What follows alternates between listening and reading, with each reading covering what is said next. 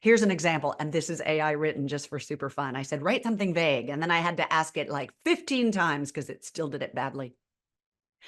In the enigmatic town of Serenity Falls, nestled deep within the embrace of towering pine forests and shrouded in perpetual mist, secrets were as abundant as the whispers that echoed through the labyrinthine streets. The townspeople moved with an air of quiet reserve, their eyes veiled and their lips sealed, guarding the mysteries that lurked in the shadows of their collective history.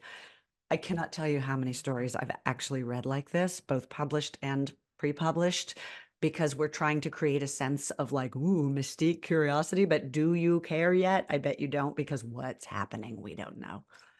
Isabella, a newcomer to Serenity Falls with a past as elusive as the morning fog, felt an inexplicable pull toward the town's enigmatic allure. Drawn by a sense of curiosity that she could neither explain nor ignore, she found herself embroiled in a web of intrigue and suspense that seemed to emanate from the very soul of the town itself. But what is it? We don't know. It's just a bunch of question marks. It's like we're in a what is it? Morning fog. We're lost in the morning fog because we don't have anything to hook into. So, how do you fix it? Give us more pieces of the puzzle, withhold some of them so that we can ask. This is the difference between good questions and bad questions. Bad questions are what the hell is going on? Good questions are, well, that's interesting. What does that mean? What actually happened? But we want to put the puzzle pieces together. So here's an easy fix. Notice not that much longer, but we're going to get a lot more specific. Nestled amidst a forest of towering pines, Serenity Falls ordinarily exuded an air of quiet mystique.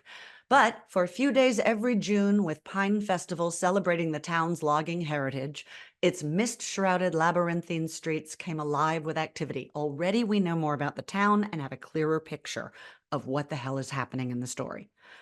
Isabella had pitched the idea to her editor of covering the event as a lifestyle piece for their weekend section.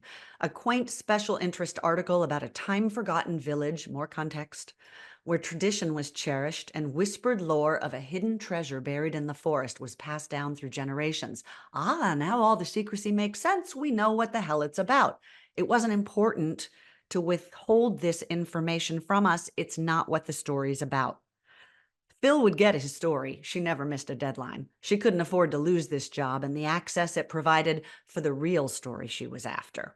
She'd finally located Bertram Dixon, and he happened to be the head of the planning committee for the festival.